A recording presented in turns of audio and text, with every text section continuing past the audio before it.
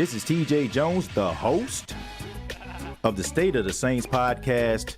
And the State of the Saints podcast is brought to you by Manscaped.com. For those that enjoyed the Lawnmower 3.0, well, I got news for you. The Manscaped engineering team has successfully created the Lawnmower 4.0. You heard that right, the Lawnmower 4.0. The leader in male grooming is taking it to the next level. Join the 6 million men worldwide who trust Manscaped for all their below-the-waist needs. Go to manscaped.com. Use the promo code STATEOFSAINTS and you will save 20% off on the Lawnmower 4.0 as well as other Manscaped items. That's manscaped.com.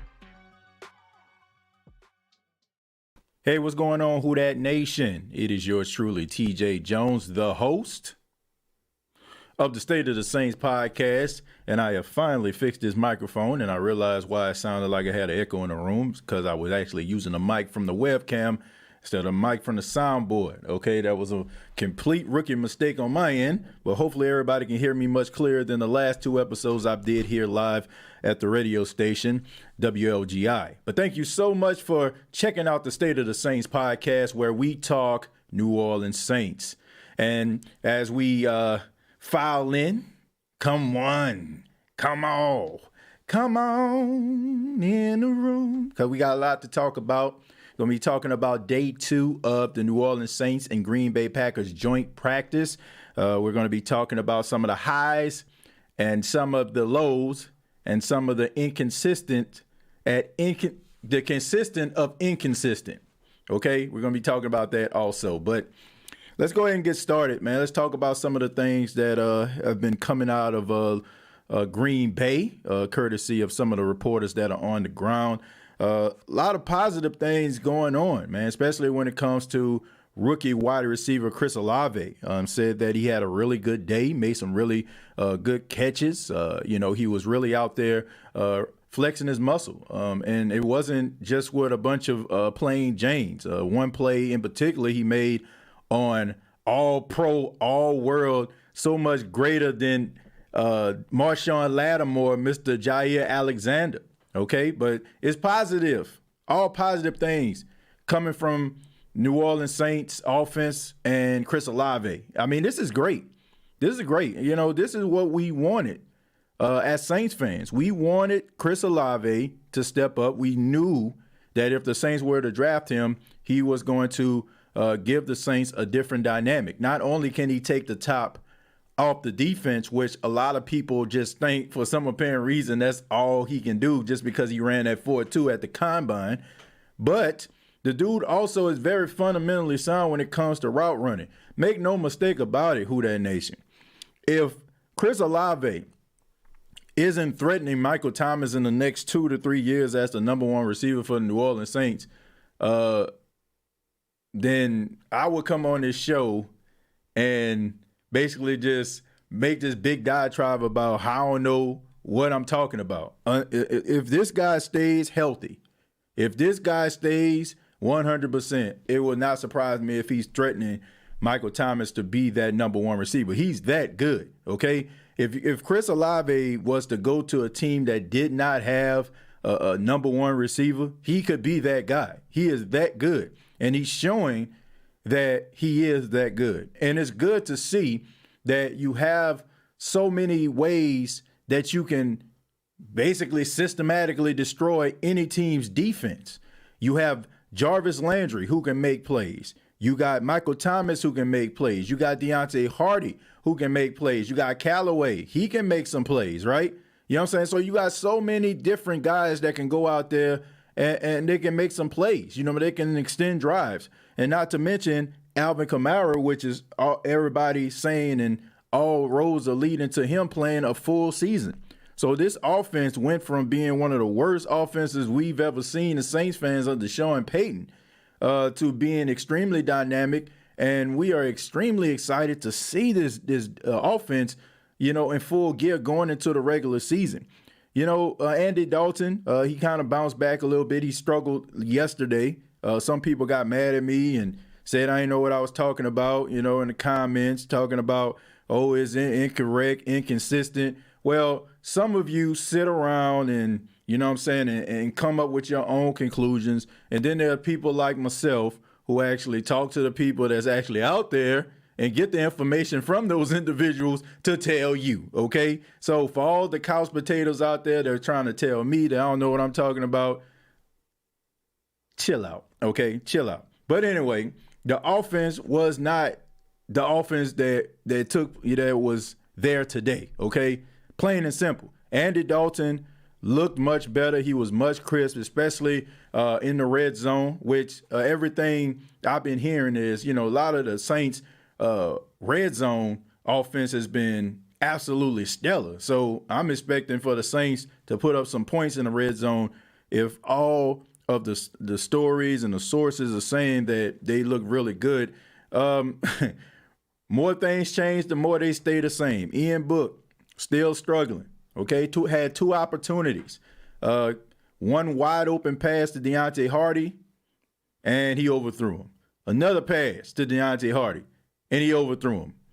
Two passes that could have been touchdowns, and Ian Book wet the bed once again. Look, all these Ian Book supporters out there talking about give him a chance, give him a try, all this kind of stuff there, want to give people a participation award and want to just spare his feelings, and he's young, and you got to give him a chance, TJ. No, I don't.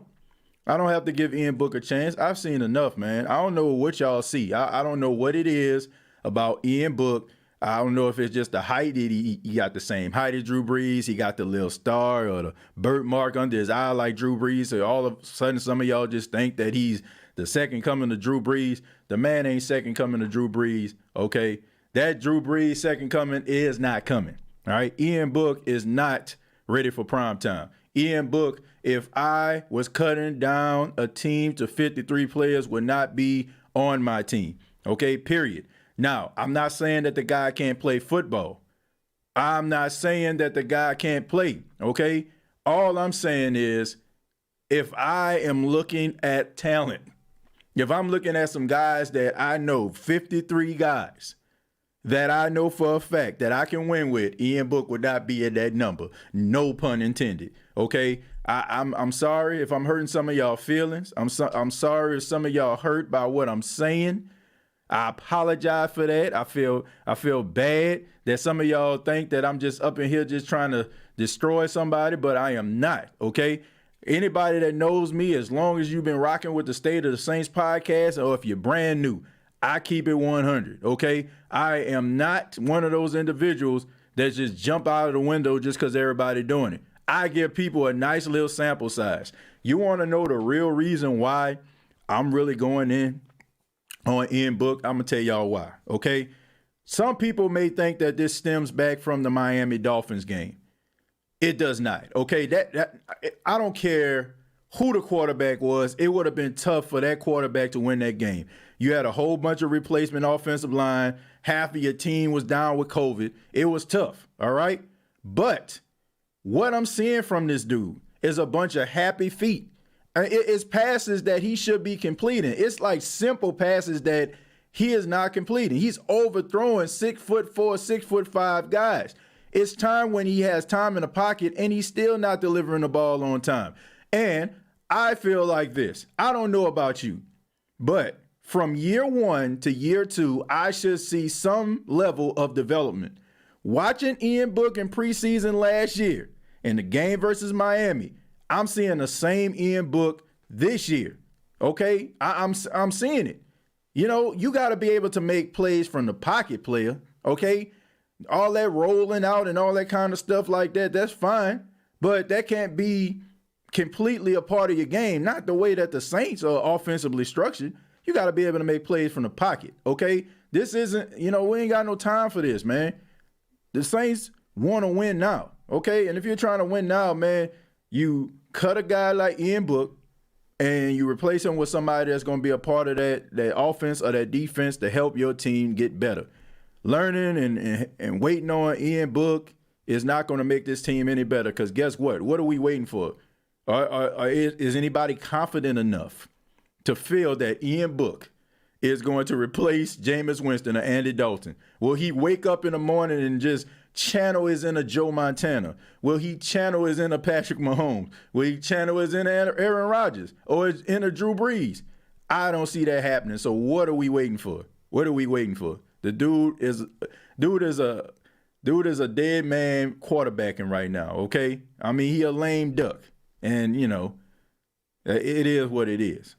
Sorry, but that's just the truth. But overall, the offense looked good.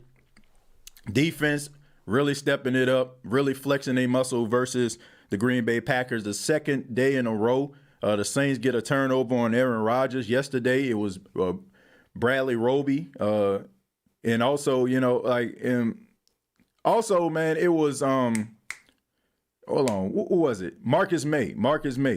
You know what I'm saying? Like, he was one of those guys that you know, came from the Jets.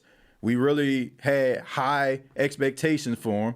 And, you know, he's stepping up, man. So he had an interception today, okay, on, you know, Bradley Roby yesterday, and now you have Marcus May, two guys making plays. So the defense is stepping up. They couldn't even move the football on the runs as well as the pass, okay? I think they had like 16 plays, if I'm not mistaken, and they did not complete a pass. This defense is looking more and more legit. This defense seems like they have something to prove, and they understand that they are the face of the franchise right now. And that's a great thing, because for years we've seen the offense be the face of this franchise. As always was Drew Brees, Sean Payton-led offense, putting up points, and we always had a defense that couldn't stop traffic with a stop sign. Now it looks like we have a defense that can really step up and make plays, and you ain't just got to rely and hope on late game Drew Brees type heroics in order to bail you out. It is a good day in New Orleans, okay? It is a good day when we are more concerned about an offense versus being concerned about a defense. I thought I would never see the day, especially, you know, when it comes from the New Orleans Saints. I just never thought I'd see the day when we're relying more on defense than offense, all right? But we're here, and I'm happy to have this. The Saints, it seems like these guys are developing chemistry. It seems like to me like these guys are trying to be on the same page. You got some seasoned veterans out there that's been there and done that and has made plays on different teams, and you know, and also, you know, you got some great linebacker play. You know, the linebackers of the New Orleans Saints, these guys continuing to make plays, so it's a plus, man. As far as Jameis Winston, Dennis Allen after practice said that Jameis Winston will not, I repeat, will not play this Friday. It seems like the Saints are being very cautious with Jameis Winston, and I can understand that. You know, it's more important that he's ready for the regular season versus a preseason game versus the Green Bay Packers. I mean, Jameis Winston needs to be 100%. He's the starting quarterback of the New Orleans Saints, and the Saints are really relying on him to be able to make plays in order for the Saints to make a run at the playoffs. So I'm not mad at that. I understand why they're trying to keep him on the side. There was also a little scrimmage, you know, at practice that resulted in Jarvis Landry exiting practice a little bit early. Dennis Allen sent him to the showers. Look, this is a feisty team. This is an aggressive team. And, you know, a team needs to mirror their coach. And I see a different type of New Orleans Saints team. You know, I think that, you know, we as fans look at these guys as our guys, and we should. But I'm seeing like a different type of New Orleans Saints. It seemed like, you know, with Sean Payton, there was a little bit reserved. You're starting to see a little bit more of guys' personalities. Like it was kind of, you know, kind of reeled in a little bit under Sean Payton, right? Guys saying all the right things, doing all the right things, shaking hands, kissing babies. You still get some of that politically correct stuff, but you're really starting to see how some of these guys actually feel, and it's a good thing. You know what I'm saying? You have big personalities, but I think there's a little bit more transparency when these players get interviewed, and you also see some of their personalities shining through. So it's a plus. I mean, I enjoyed listening to Adam Troutman talk today. I enjoyed listening to Juwan Johnson talk on yesterday. So, I mean, it's some good things coming out of there. And also the best part about all of this is it's not like they doing a joint practice with the Jets, or they doing a joint practice with, saying one of them other snake bitten franchises that can't win a game or something. This is one of the teams that has been in the Final Four 2 of the last 3 seasons, right? This is the Green Bay Packers. I mean, they have a legendary quarterback, and Matt LaFleur, since he's been there, all he knows is double-digit wins. So if you're doing this against the class, or one of the classes of the NFC, it's always something that we need to be looking at and observing and having a sense of pride about. But let me go ahead and read some of your comments. Feel free, for those that are new. 167 people watching this live right now. I ask that 167 of you hit that like button. And if you have not already, and you're one of the 167, please hit that subscription button. Hit the subscribe button. Make sure you hit that like button as well. We're trying to grow the show. We're close to getting 10,000 subscribers. Hopefully, we can reach that goal by the end of the season, okay? But if, everybody does their part, we'll be able to make that in absolutely no time. All right, we're going to go ahead and start with Chosen. Chosen said, Josh, thanks for my intro. Now play my theme music. Coach Promise. Let's see. Chosen. TJ, you forgot about Traquan Smith when you listed Saints receivers. No, I didn't. I didn't forget about him. It's just the fact that let's just be real about this. Traquan Smith, I do feel like he's going to make the team, but he hasn't, contributed in a way that we want him to contribute. And the more we look at this whole entire thing, he's probably going to have less and less production. Probably 1, maybe 2 targets per game. Probably go up on an uptick if somebody was to go down. But if I'm looking at, the way the Saints were structured from last year, you got yourself 2 possession receivers. Well, 3 if you count Michael Thomas. So you got Landry, Callaway, and Thomas. Then you got your 2 guys that can stretch the field, and Hardy and Olave. So maybe maybe he can be a goal line threat. I mean, we seen guys like Brandon Coleman, come in a game, make plays on the goal line. But I feel like if you're looking at analytics, you probably want to put Juwan Johnson out there and on the goal line. Look, this guy's a wide receiver. He playing tight end. So I don't know. I think that Traquan end up being on a team, but I don't think he's going to be as productive as some of those other guys, especially if Callaway ends up, being that other guy, they count on to move the chains. After I slept on what you mentioned the other day, TJ, COVID's back on the rise. Really keep being booked. If there's ever a COVID crisis, I agree with that after I slept on it. Okay. Book ceiling is a career backup. I agree. Book is straight trash. Man, dude just ain't good enough for me. That ain't my cup of tea. I'm tired of mediocrity. I don't want no guy I got to second guess about, can he be good? Will he be good? He's not. I mean, I've never been high on Ian Book, ever. I don't understand it. I don't care where he went. Okay? The only reason why we know about Ian Book, it has not been from his play. It has not been from his play. I've watched a lot of college football, and I do not hear people talking about Ian Book when he was there. I didn't hear about it. I heard about other quarterbacks, and the only reason why Ian Book got so much notoriety is because he was the quarterback of the Notre Dame Fighting Irish, a team that plays all their home games on NBC. All of their home games on NBC. So your mama can be somewhere in Saskatchewan or, you know what I'm saying, down on a, you know what I'm saying, the Gulf Coast somewhere, and they'll still be able to watch you if you was to go to Notre Dame. They'll be able to watch all of your home games. So a lot of that had to do with the fact that he played for Notre Dame. It has nothing to do with how good he played. I watched my fair share of Notre Dame games, okay? I watched my fair share. A lot of that had to do with Brian Kelly, his recruiting, the defense, defense and the offensive line that they had. They was able to run the ball as well. I mean, Tony Jones was pretty good in college, all right? But Ian Book ain't never, to me, he ain't never been that guy.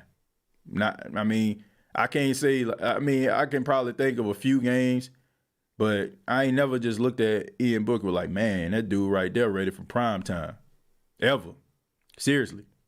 I ain't trying to just completely just trash the man, but I just never really been high on him like that. I think it was more about where he went than what he actually did there. Ian Book ain't it at quarterback. He got speed. Maybe use him in the slot or a jet sweep or some Taysom role. I think the dude can play. All right. I think the dude can, I just think that there's levels to this, right? If we talking about starting quarterback, absolutely not. I don't see it.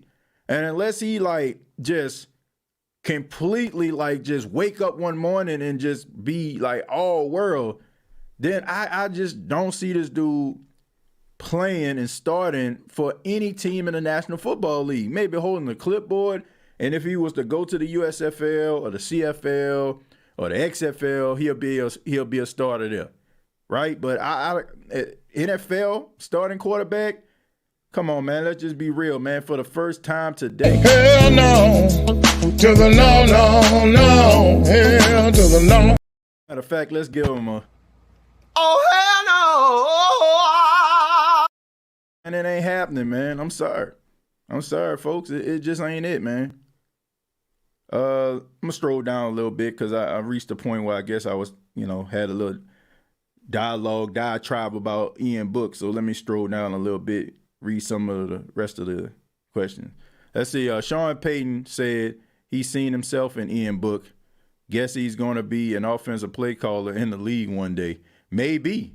But I'm going to just be honest with you. If Sean Payton sees Ian Book in himself, that's not a good thing because Sean Payton sucked as a quarterback. I'm sorry. He did. Sean Payton sucked. So if you're seeing yourself in Ian Book,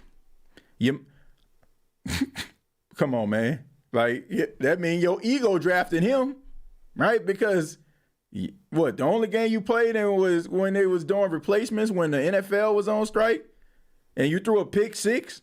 You was pick six shorty, okay? And that's exactly what Ian Book is turned into. Pick six shorty, okay? First pass he ever threw in the NFL. Pick six shorty.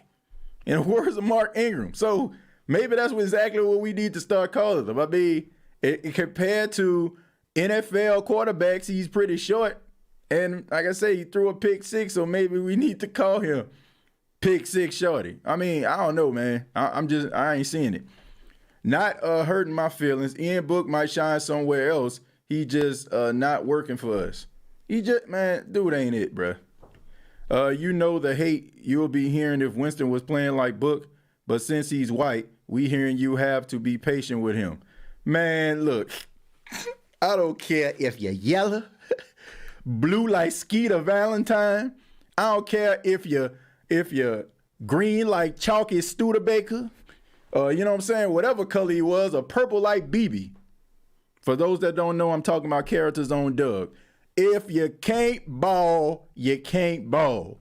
All this lifetime achievement award doing y'all trying to do and patting people on the back and treating quarterbacks like Apollo kids back in the day when everybody was a winner. Man, miss me with all that. For real, dude. You fair game, okay? It's not like when Skip Bayless is talking about Bronny James here. This is a grown man playing a grown man sport. And let's just be 100. Stop it. Stop it, man. People coming into the chat, emailing me, TJ, give him some time. You need to give him some time. Let the kid grow. Man, you let grass grow, okay? You let potatoes grow. You know what I'm saying? You let the garden grow. We ain't got no time for that, okay? It's rather you got it or you don't, and the dude don't have it, okay? There's certain intangibles that a person may possess, and you be like, okay, man, give him that. I don't see that at all. At all. Man, miss me with that. Give him some time. I ain't got no time, man. Time's up. I mean, Taysom Hill is a gadget quarterback and better than Ian Book. The new camp arm may have higher upside than Book. I agree. If you think Book isn't a quarterback, then Taysom Hill is not quarterback. Sorry, not sorry. Dalton, I will say this today. August 17th on a Wednesday afternoon. Taysom Hill is better than Ian Book. That's not saying much, but it's the truth. Okay? I mean, at least we've seen that the Saints can win. I mean, at least we've seen that they can win a couple games with Taysom. You ain't winning jack with no Ian Book. Nada. Zip. Zilch. When will KJ play in the preseason? I'm pretty sure he's going to play this week. He'll play. I mean, he just got there last week. I mean, he probably ain't know enough and have enough chemistry with any of those guys in order for him to play. What's up with our O-line? I heard players went down with injuries. Yeah, that is true. James Hurst had a foot injury. He left practice. And you also have Trevor Penny, who got shaken up, but he came right back. So I don't think it's anything serious. Hopefully it's not. Hopefully James Hurst can be ready. If I don't see James Hurst for the rest of preseason, I'm okay with that. Give him a couple weeks to be prepared for the game that's on September 11th. I mean, Trevor Penny, he did some really, good things, all things considered, especially in the run blocking. And maybe, a couple, preseason games, maybe that'll help him. But he needs to get better when it comes to finesse moves with the pass rush. So we'll see. We'll see, man. Taysom Hill is a tight end, but he'll be used in Wildcat option also. Yes, he is a tight end. And, he can serve as a third-string quarterback if things, go bad. You don't have to worry about the Saints have 3 quarterbacks on the team, right? So if you get rid of Ian Book, I don't feel like anything will be lost. You just move Taysom to the quarterback room, you know what I'm saying, or have him as an emergency situation. Like that. I don't know. I don't know, man. I ain't keeping it. Like, there's no way in the world that I would keep Ian Book on the team, taking up somebody else's space that could make the team that make my squad better. No way. How do you think Peyton Turner will contribute in his defense? Hopefully better than what he did last year. Now, I know he dealt with injuries and stuff like that, and I get that. But hopefully, he can contribute, man. Look, this ain't Vinny Sinceri we talking about here. This dude was a first-round draft pick. When you're a first-round draft pick, teams need to be relying on you to help them win, okay? Yeah, that's what it is, right? I give you a little I feel like I'm just being harsh on everybody today, but let's just keep it real, man. It was a time when I didn't even know Peyton Turner. I forgot Peyton Turner was even on the Saints team. Seriously. Like, even when we were talking about guys to contribute defensively going into this season, dude was like nowhere to be found. Nobody was really talking about him. Nobody was really bringing him up. You kind of forgot he was on the team. And even when he was hurt, like people like, man, I can't wait for Peyton Turner to come back. You kind of forgot he actually was there. That's a bad thing, man. You're a first-round draft pick, so teams need to be relying on you, and fans need to be wondering where you at, right? You had one decent performance versus the Carolina Panthers. Got a sack, had a, tackle in the backfield. Need to see more of that. He hasn't built up enough in order for you to be like, man, if this comes all together, even like with Davenport, right? Davenport was in and out of the lineup and has been throughout his career. But you can talk about like some of the games that Davenport played in. that stood out. Like the game versus the Redskins. At the time, they were the Redskins. I mean, he was dominating Alex Smith, right? I mean, he was all over the field. Another game versus the Minnesota Vikings. It was in the middle of the season. I mean, that's the game we had the Liz Frank injury. I mean, he was dominating. Like, so it was like moments and parts of time and points in time where you were like, okay, man, we need this dude out here. Peyton Turner has not had that moment. Like, there has not been a Peyton Turner moment where we just seen an absolute freak and we're like, man, like nobody misses him. Like nobody thinks about him unless his name comes up somehow. You know, you might see him, oh man, number 98 out there. He need to build up some, man, he need to build up some reps, man, to make us appreciate him, you know, and also be able to recognize him. I mean, I think he's good. I think he's talented, but that's just basically what I feel. I haven't seen enough for me to just sit out here and jump out the window and say they got something there. But when you're a first round draft pick, man, teams need to be relying on you to win, and fans need to be anticipating you showing up. I haven't seen that out of Peyton Turner. Like, Peyton Turner is the forgotten guy on the defense. Am I lying? Seriously, am I lying? Think about this. Last season, was there a point in time, even when the Saints, you know what I'm saying, like, was having guys like Tano, Passanio, and all them boys out of lineup, was there times more often than not that you was thinking about, man, Peyton Turner? Bro, honestly, I forgot he was on the team. Seriously. I mean, maybe I'm tripping, but I don't know, bro. I don't know, man. Let's see. The corner Stokes from Green Bay said Jarvis tried to little boy him and he wasn't going for it. That's why they fought. Well, look, Eric Stokes is a really good cornerback. I mean, coming out of the University of Florida, he has real big upside. And that's what the Saints try to do, man. Like guys like Landry, guys like Thomas, they like the big boy, you know what I'm saying? But dudes ain't trying to back down. We're all professionals out here. We all men. You know what I'm saying? We all trying to get it. And I can respect that. You know, I understand Jarvis Landry is a Saint. But look, at the end of the day, man, you ain't about to punk me. You ain't about to make me look like I'm a little boy out here, man. I'm a big man, okay? You know, I'm a big dog. And I ain't lying. You know what I'm saying? The words of Lil Boosie. You know, I'm a big dog out here. You know, like, don't try to play me like that. So I can respect that. I understand how he feels. And Eric Stokes, you know, he well within his rights. So, and Jarvis Landry is well within his rights, you know, to go out there and feel like he can play bully ball. I mean, he has some skins on the wall. And I think we as fans appreciate the effort and what he has done throughout his college as well as his NFL career. So, I can understand that. How do you feel about Malcolm Brown? He just got cut by the Jags. I was on Twitter, and once again, look, when you got T9 and spell correct, and when you're writing articles, most of the articles I write on my phone, it will correct it. You know what I'm saying? Like, so when I put Malcolm Brown, I didn't even realize it. When I put Malcolm Brown, it spelled it, you know, the classic way, right? And his name is Malcom, right? So everybody just thought that I was talking about the running back. But, yes, I do feel like the Saints need to sign Malcolm Brown. Malcolm Brown left the Saints not because he wasn't good enough. It's because the Saints were going through that cap issue, right? That's the reason why you had to get, you know, rid of some guys. You couldn't sign back Emmanuel Sanders.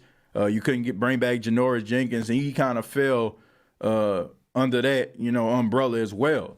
Wasn't the fact that he wasn't good. He was a really good run blocker. Last year with the Jacksonville Jaguars, he played every game. So if you want a guy that has been winning a battle of attrition, check. You want a guy that has proven to be a winner, he's a 2-time Super Bowl champ. And you need somebody to stop the run, which he did successfully when he was in the Saints uniform. So he checks all the boxes. So what are we talking about here? I understand you got some young guys like Street. You know, you got some guys like Shy Tuttle. I ain't saying, like, get rid of none of those guys. But what I'm saying is if you have a seasoned veteran in there that you can put alongside Davion Yamada and you can make sure that nobody can be able to run on you, you sign him. So I would sign him tonight, okay? I mean, I don't think he'll be asking for too much money, you know what I'm saying, being that he has been in the league for quite some time, and, you know, you'll probably be able to get him. And it wasn't like, you know, it was just so much money that the Saints needed to pay him in order for him to stay. It was just the fact that the Saints, you know, they just had to make that decision. So I will sign him tonight, okay? He should be headed to Green Bay right now, okay? That's the way I feel about Malcolm Brown. Abso-freaking-lutely, they should sign him. Who else gets time? Nobody. They get cut. Exactly. If you ain't good enough, maybe, you know what I'm saying, if you're a first-round draft pick, you know, teams give you some time. But, I mean, dude ain't never been that good to me. I'm going to stop picking on Ian Cliff Notes. Man. Cliff Notes. Speak for itself, man. Taysom Hill could be Saints' better version of Jeremy Shockey at the tight end. Just saying. Look, slow your roll there. Slow your roll. I understand that we have a respect for Taysom Hill and what he can do, and because he lowered the shoulder and dragged guys into the end zone, we just automatically think he can do everything. But I'm not going to disrespect Jeremy Shockey. I understand that boy is a snitch. And, you know, in the eyes of some of you Saints fans, rats, if you will, you know what I'm saying, stool pigeon, you know what I'm saying? Like, I understand all that, but Jeremy Shockey was an incredible tight end, okay? You don't go to the U during the time Jeremy Shockey went to the U if you wasn't good, if you weren't a beast. And he was a beast. And even when he was with the Giants, he was extremely good. He started to have a little bit of injuries, and it kind of set him back. And he was good for the Saints. So I'm not going to sit up here and just say, oh, Taysom Hill, just because I seen him catch a couple passes and he dropped the shoulder and he rough and he tough and he can't get enough and all that kind of stuff. I'm not going to say that he just going to be better than Jeremy Shockey because, I mean, I know sometimes in life time goes by and we have a tendency of forgetting about how good guys are. So, you know, the modern day guys, we're like, man, he reminds me like Jeremy Shockey was that guy. Okay, he was good. Okay, and Taysom Hill, he had to put up a lot of work for me to be comparing him. Okay, maybe Jeremy Shockey with the Saints, you know what I'm saying? He wasn't as good as he was in New York, but he still was good and he still made plays. I ain't about to put him in that category. Okay, I would just be putting him in that category because I like Taysom. And I feel like Taysom can do a bunch of things, but I ain't about to say he going to be Jeremy Shockey because Jeremy Shockey was a beast. Okay, so, I mean, he has a chance. I mean, if he embraced the tight end position, which he has been doing, and it seems like he has been doing, I think that, you know, maybe he'll be able to do some things. Let's see. Sorry, not a fan of Gadget. Talking about Inspector Gadget? Are you talking about Taysom Hill? Which one we talking about here? All right, if you don't like Inspector Gadget, man, something wrong with you. That's a classic cartoon, okay? That's a cult classic. All right, hi, family. Don't forget to hit the like button. I agree with that. We got 235 people here right now watching this live. 240. Unbelievable. Thank y'all. I ask that you hit the like button, hit the subscribe button if you're not a subscriber to the channel. Okay, let's grow this channel. Let's make it grow. Let's get those likes up, and I will really appreciate that. Ian Book got a lot of time. He just don't know how to quarterback. Book is just not good for quarterback. Oh, I mean, it's rather you got it or you don't. Okay, some people got it, some people don't. He ain't got it. I didn't think Chris Olave is playing until game 3 and only like the first drive. I think you're going to see a larger sample size in this game of Chris Olave. Not much, but you're going to see much more than just 2 series. Get rid of Ian Book and keep Traquan Smith. I think that's probably going to end up happening. Traquan need a better game, though, okay? I mean, his stock kind of, I know we talk about Traquan Smith stock. Some people probably laugh when I said that, but his stock has dropped even more. You know what I'm saying? Like, you know, in some people's eyes, you know, you already penny stock, right? You like Dogecoin right now, what, going about 7 cents, right? You know what I'm saying? Now you done drop down to 5. All right, you got to step it up, all right? Sorry I'm late. Just got into Cleveland. Okay, well, glad you made it there safe, man, you and your dad, and hopefully you have a good time, man, and, be careful out there. Peyton Turner had off-season shoulder surgery. Yes, he did, and like I said, it has absolutely nothing to do with what I feel about him. I get it, right? Guys get injured, and I'm not knocking that, but what I'm saying is it came a point where you just forgot he was on the team. I'm not saying that he's going to continue to be forgotten. I'm just saying he has to go out there and put some skins on the wall for us to have an appreciation for him. Tragic, you know it, man.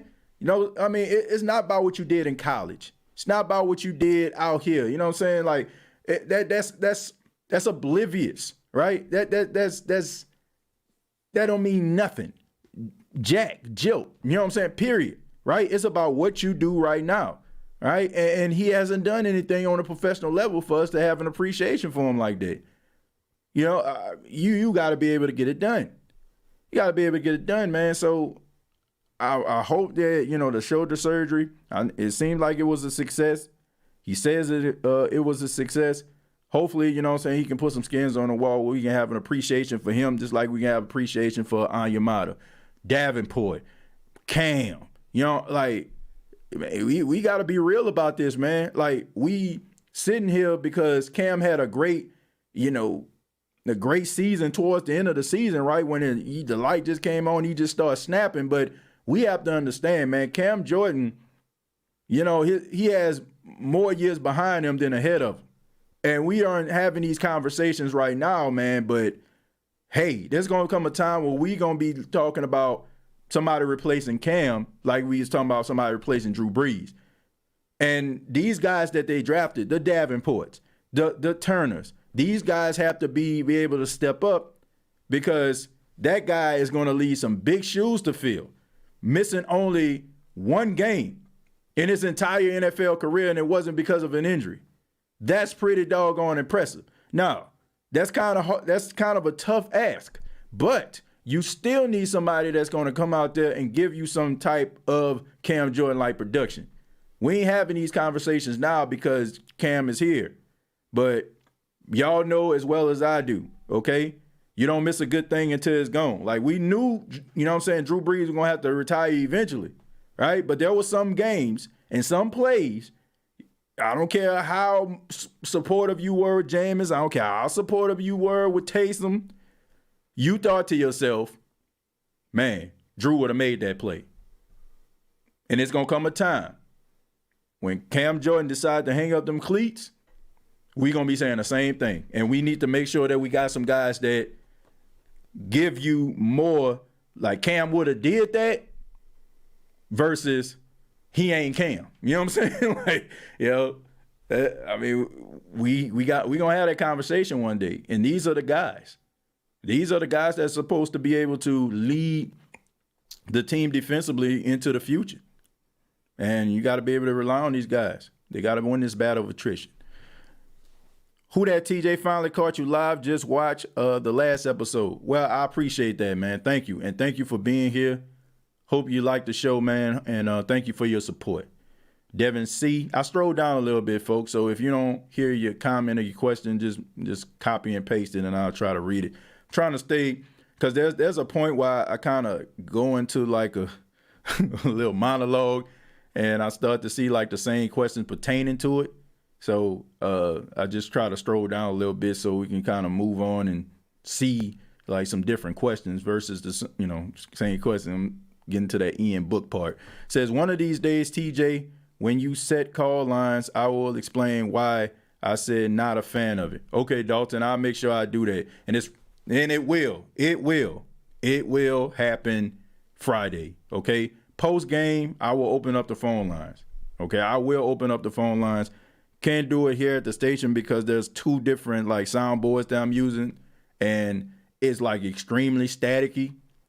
And it's an echo, because I do like a little test before I do the show to see if I can take calls here. And I'm hearing like an echo. And I don't want that to happen. I want to make sure that when I'm taking calls, people understand and hear what you have to say. And I want to make sure that happens. It says Chris Olave was cooking, just didn't get the ball but went back and watched him. Yeah, he was getting off the line of scrimmage. It had absolutely nothing to do with the fact that he wasn't open. I just think that when you're running an offense, you're trying to go to to the target receiver, and that's what Andy was doing. So he wasn't targeted, and that's the reason why he didn't get the ball. I mean, plays were designed for Callaway. It was designed for Traquan. It was designed for whatever receiver. So when his number was called, he caught the ball. I mean, it was one catch for 4 yards, but, he caught it. Offense, still garbage. Why draft receivers if you don't have a quality quarterback? Malik was on the board to draft. Man, what are we talking about here, okay? What are we talking about? Offense, still garbage. You cannot be a fan. You cannot be a fan of New Orleans Saints. You got to be high, okay? And it's about 256. You know what I'm saying? Like, look, nah, you know what I'm saying? At least wait till after 6, okay, for you to be talking like this. Then we can understand that it, is past happy hour.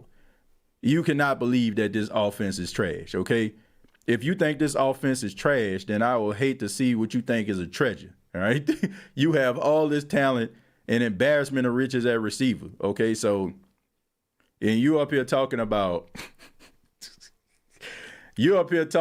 Malik Willis. Okay, I like Malik Willis, and he did some good things, right? But he's a young guy that has not proven himself on an NFL level. And just because he scrambled and ran left into the end zone, you still had him being angry. You know what I'm saying? Well, you still had a coach angry at him because he wasn't making his reads. So that tells me that he still has some growing to do. All right?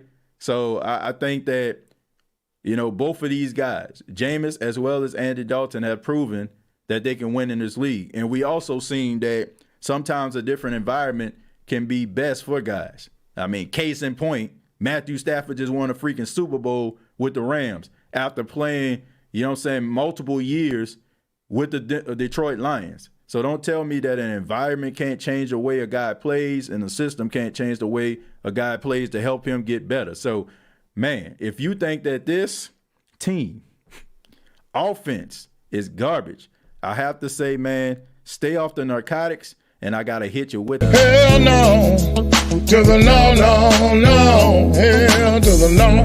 Matter of fact, I'm going to hit you. Oh, hell no. Shy McBride. Oh, hell no. Yeah, man, nah, and that ain't it. That ain't it, man. As y'all can see, we got multiple hell no's, okay? The season is here. Me and my dad going to Pittsburgh Thursday to watch the Steelers practice. That's pretty dope. It was his idea. He arranged it. That is awesome. That is awesome, man. I hope you have a good time. Reed Hurst left early. Is it all good? He had a foot injury. The Saints don't really disclose injuries like that. I mean, Dennis a little bit more transparent than Sean. He just like, yeah, check the injury report. But at least it's a foot versus not knowing anything at all. What up, TJ? Who that? It says, hey, man, tell me why they letting Kevin White hang around. Because Kevin White is really good on special teams. He's a really good gunner. That's why. That speed is paying dividends for him. All right. And if you can make the team on special teams, there's still a chance that you can actually be in a rotation. Guys get hurt all the time. And, I understand that the dude was the 7th pick overall to the Chicago Bears out of West Virginia, and he had speed and all that kind of stuff there. But, it just didn't pan out. So if he wants to stay in the league, he's going to have to adjust because nobody is really going to give him opportunity to be in the starting rotation anymore. Seriously, it's probably going to be the best chance for him to make the team. And he's pretty decent at being a gunner. So that's the reason why he's on the team. If you go back and watch that game versus the Houston Texans, he was the first person down there, and he was making some plays. Okay, so, everybody is not going to be all-star, all-world receiver. We talk about these guys, but when somebody return that kick against our team for a touchdown, who we get mad at? That's special teams. So, Rizzy, he does a really good job. You know what I'm saying? So if you're not going to make it in the starting wide receiver rotation, do it on special teams. And he's been doing a good job from what I hear. Thoughts on signing John Bostic? Good depth. I think, he's made some plays in the league, but we'll see. We'll see, man. I think, what I'm saying, his name is just recognizable. His play, yeah, TJ, I watched a clip of Olave in the Texans game when he took one hard step and broke inside. He froze the corner. He was instantly open. Dude is an elite route runner. Yeah, he is. I just think that people just fell in love with that 4.2 speed. And they're like, oh, man, we can take the top off the defense. But he can do so much more. Make sure you hit that like button. Make sure you subscribe. 254 people watching this live. Thank y'all. What's going on, TJ? Just had something on my mind about the Saints on the third down conversion, as well as the red zone abilities to score. And your thoughts on the first team look good. It's what about second? Well, I think the second team, it looked okay. You know what I'm saying? The Texans still wasn't moving the football. Okay? You're going to see a drop-off towards the end of the game. Like, we talk about third and fourth quarter. These guys are going to be your fitness trainers. These guys are going to be delivering your Amazon packages. These guys are going to be the ones that's probably trying to go to the CFL or the USFL, right? I don't put any stock in any of those guys. Now, I get it. Like Jerry said when the game happened, he wants the Saints to win every game, and I understand that.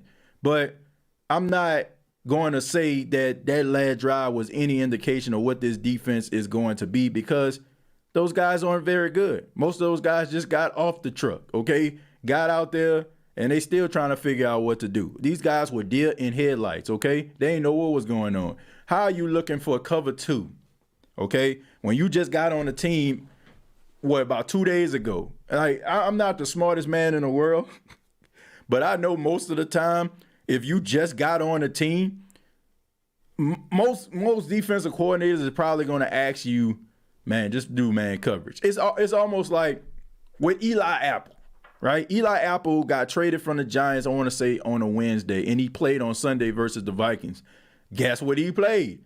Man coverage all game long. Okay, pretty simple, right? This dude, follow this dude, follow this dude, follow this dude, okay? This man up here looking for safety help. Like, come on, man, give me a freaking break. Like, I don't get it, man. I don't get it. But anyway, none of these guys are going to be on the team, in my humble opinion.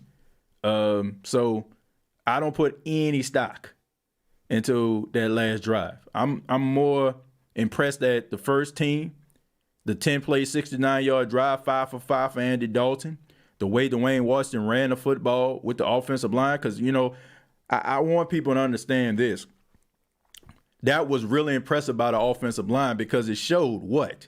No matter who you put back there, we're going to make it happen, and this guy's going to be able to, get some positive yards, because we're going to create lanes for him to run through. So I think I don't think people have an appreciation for that first drive the way that they should. But yes, I'm extremely impressed at what I've seen for the people that matter, the players that matter, in my opinion, that's going to help this team possibly make the playoffs and hopefully make the Super Bowl. Those are the ones that I actually cared about looking at. Guys like Brian Allen, who probably going to have an uphill battle making a team. Not so much. I would trade Traquan for a conditional pick and linebacker depth and develop Dix. Tragic. Well, I don't mean to laugh, man, but who in their right mind gonna give you anything for Traquan Smith? I mean, seriously, this dude was told, be my guest. Went Beauty and the Beast, be my guest. Go out here and test the market. Only one team called him, and it was the team that we all hate, the Atlanta Falcons. And you got Terry Fontenot, a guy that was instrumental in you coming to New Orleans and in your draft process. And he ain't even want you. Okay? What are you going to get for this dude, huh? A bacon, egg, and cheese McGriddle? Huh? A box of Cracker Jacks?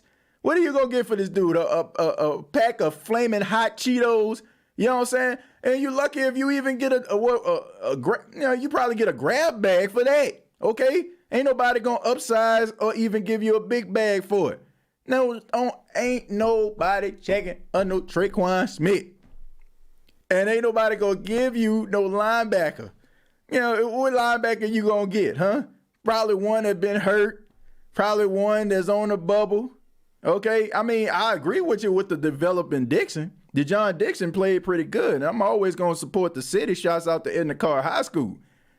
But you ain't getting nothing for no Traquan Smith.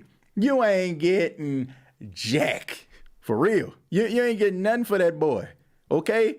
A pack of bubble gum probably be too much the way this dude has been, like y'all say, inconsistent and has not been that dude. You ain't getting nothing.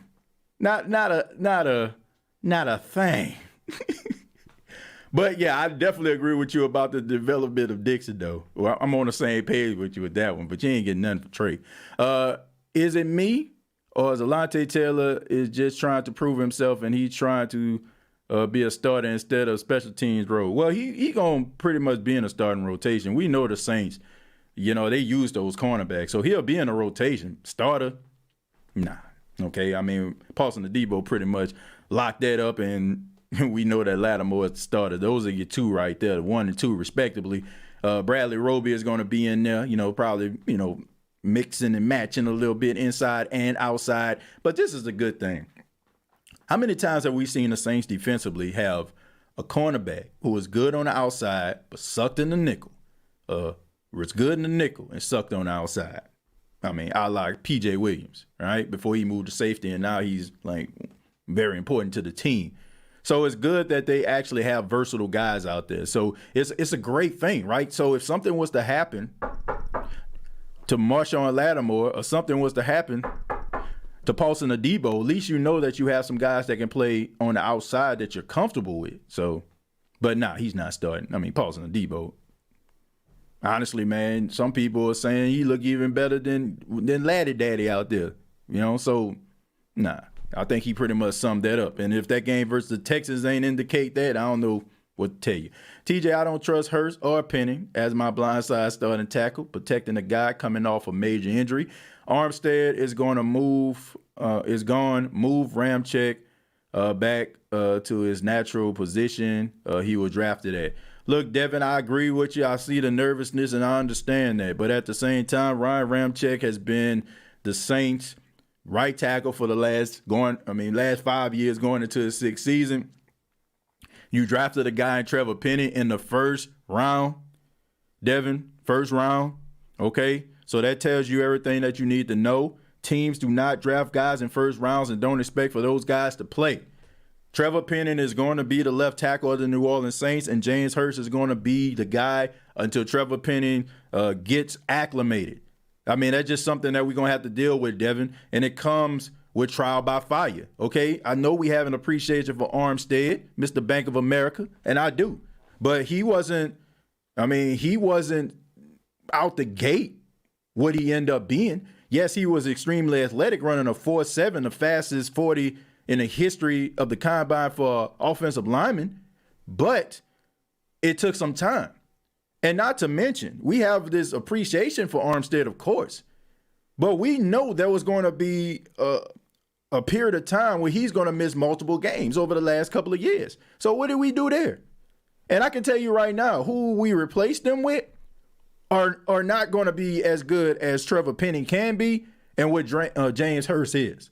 So I just think that we need to have a little bit of patience. Now, I understand.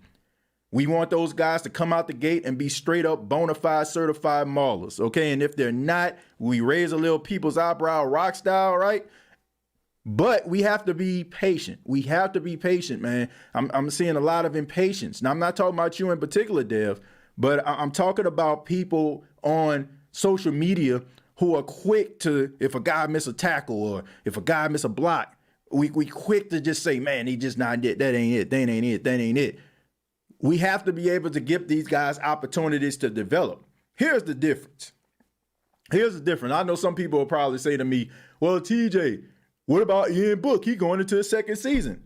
This is the difference. This is the difference. Trevor Penning, first round draft pick.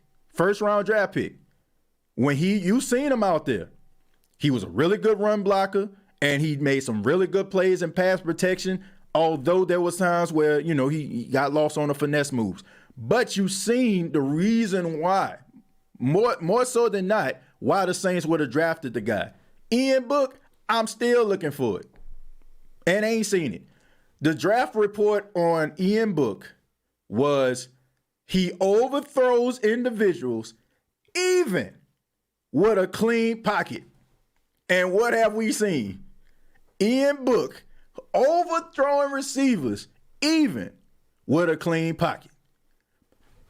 Another scouting report. Miss open receivers does better rolling out. Okay? That was the scout report. Now, there's some times where the scout report whiff on guys and they be like way out in left field. But everything I've seen in the Ian Book scouting report is what I'm seeing right now. Trevor Penning, you can see why the Saints would have drafted this dude, okay? Yes, he lost on the finesse moves, but it's some stuff you can work on. And James Hurst has been steady Eddie and has been a really good offensive line in a rotation and as a starter throughout his career. So I just think that we just need to be patient with these guys. Jabril Cox for Trick. Cowboys hit right now at receiver.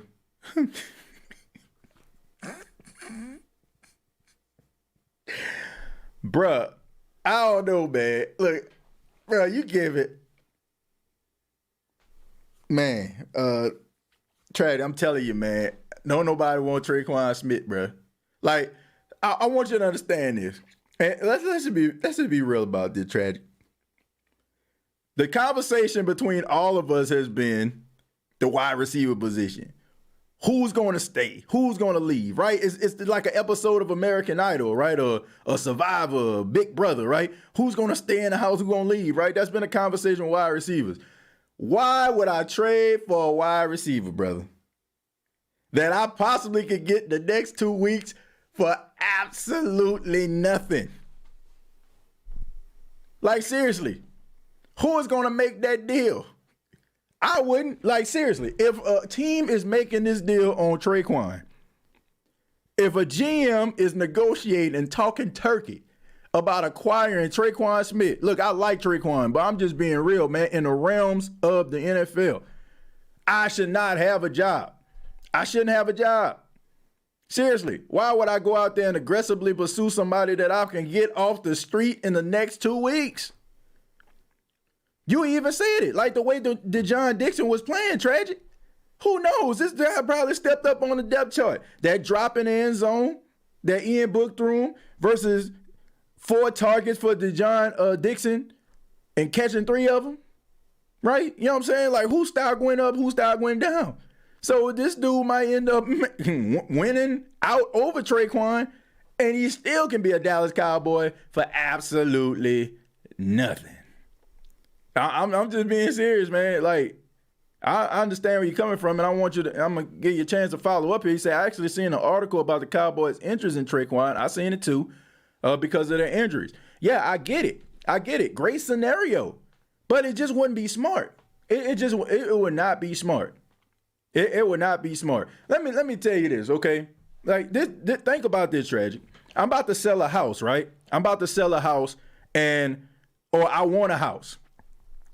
And somebody is selling a house for $450,000, right? That's how much they selling a house for. But they stand in a neighborhood where the house is valued at $300,000. Now, what I'm gonna do? I'm gonna look and be like, I give you $298 for it. You know what I'm saying? Like, you can be like, no. But guess what? Eventually, based on the market, you're going to have to come talk to me, right? Because the house ain't going to go no further than that, because the market showed that this is what the houses are going for. It's the same way. Why would I sit up here and aggressively pursue a guy that I could possibly get for cheap? Cheaper than what you telling me about. So, I mean, look, no disrespect, but I'm just saying, in the realms of the NFL, And based on what we're seeing right now as far as with the wide receivers, Traquan Smith could possibly be on the street when it comes to the final 53-man roster. I'm not saying that he is. I feel like he will be on the team, but there's a chance. So why not, you know what I'm saying, and why wait? And then on top of that, how many guys end up leaving teams, right? Because the team is probably stacked at that position. So not only that, you can probably get a guy that's younger, more hungrier, probably more productive, and cheaper. I'll wait. Unless it's like a can't miss proven star in the National Football League. Then, you know what I'm saying, I can be like, okay, man, let me try to aggressively try to pursue him. But a guy that you can possibly get during the final cuts, I ain't about to trade you for nothing. I ain't about to trade Jack. And Book was supposed to be a 6 or a 7 round guy, not a 4. People tend to forget we bought in as our offensive line coach. We'll be fine. Yeah, Doug Marrone. Very good coach, period. I just think that the Jacksonville Jaguars had a bunch of guys on the team, and, you know, these guys are more modern. Jacksonville, not very good. Guys feel like, you know, I'm a top pick. You know, like, y'all weren't nothing before I got here. And I just think that you had a bunch of egos on the team, and Doug Marrone is no nonsense. And also Tom Coughlin being the president of the team, you know, you definitely know he not no nonsense. So they don't cater to guys like these guys want to be catered to. And I just think that was just a kind of a clash of personalities. But as far as him being a positions coach, I mean, you can't like dismiss the fact that he had the Jacksonville Jaguars with Blake Bortles in an AFC championship game and should have won, to be honest with you, if it wasn't for them referees trying to screw with them boys and messing up the momentum that they had versus the Patriots, because that game was pretty close till they start throwing them flags. And we all know, you know, they sell some Brady. We gotta help him, help Brady, help him out. Flag for what? Unnecessary eye contact. Number 56, 15-yard penalty, automatic first down. We know they love themselves sometimes. I'm gonna read a few more and then I'm gonna get up out of here. Dave says, I can't see why we drafted the dude first round and gave up a future second. He's not nearly as ready as Armstead was. Not at fault we overdrafted him, but I don't see when he's going to be ready. I think that he's going to be ready sooner rather than later. David, look, we got to be patient, bruh. We got to be patient with these guys. If you looked at the scouting report, these things were to come to pass. And I'm telling you, man, the dude has a chance to be a really good offensive lineman. We just have to be patient, man. I know, you know, he tripped, you know what I'm saying? We see some instant replay footage and we put that in the back of our minds and start to gather it up. But let's just be patient, man, and have, you know, get this guy where he needs to be. I mean, we knew that he was going to struggle when it comes to, like, some of the pass rush. We knew that, you know, he struggled with guys that were, you know what I'm saying, can do those finesse moves. But look, you got to be able to trust the coaches. You got to be able to trust the process and allow these guys to develop. Because I've seen some positive things too. I mean, I understand that we don't really pay that much attention to the positive things that the offensive line do. It's like one of those positions where they only get most of the attention when they suck, right? You know, and they get a little bit of attention, like if they elite, right? But, you know, we know all the elite offensive linemen. You know, but we don't really know the ones that's kind of middle of the pack, that's doing a little bit of something, but may not have that much attention and notoriety as some of the others. So let's just give these guys opportunity, man, because, I mean, he did some really positive things out there, and it was enough for me to say they got a little something with that. Tyrone, thank you very much for the $2. Says, we'll see a lot of improvements in this game coming. Hopefully ball security is one of them, brother. Y'all saw Rasul Douglas trash talk versus the Saints. I didn't see the trash talk, but I heard about it. Him and Michael Thomas were, you know, going at it. Y'all act like Armstead was all pro first year. Like I said, Tano, when time goes by, we have a tendency of not thinking about what those players were. We only think about what they are now, but we don't look at the process of what got those players to being where they are today, for us to have an appreciation for who those players are today, right? I mean, some of us don't appreciate the drive, right? I mean, you're driving in your car. I like to use examples. I'm sorry, folks, okay? Driving in a car and you're only focused on your destination, right? But there's some great scenery. How many times have you drove your car, rode in a car, and you're like, man, I didn't even realize that house was there. Man, I didn't even realize that store was there. You know, like, because you're so focused on the destination, right? You know, you ain't thinking about like what's around you. We don't have an appreciation or remember or have this level or have this recollection of what it took for those players to get where they need to be. And you have to be able to understand that, because what people don't realize is how many sacks did Cam Jordan have in his rookie season? 1, right? I want to say he had 4 this next season. Then after that, you know what I'm saying, he became a legendary figure in the realms of Saints fans, you know, all across the country and around the world. But he wasn't the Cam Jordan that we know today when he first got to the league. Cam Jordan didn't even average double-digit sacks, even close to it when he was in college. He was a better run defender. You know, he didn't master the art of pass rushing just yet, but it took time. And now we have an appreciation for him. The only thing I'm asking for all Saints fans out here that are kind of bullish on guys like Trevor Penning because he has a certain skill set and he is raw in the other levels, all I'm asking you to do is be patient. Be patient, okay? And if we're having this conversation around year 3, year 4, something like that, then we can, you know, bash the guy and talk about how he ain't ready for prime time. But I'm not going to do that just yet. And I'll end it with Chosen says, TJ, I've seen the Saints made some cuts. Jameis Winston was one of them.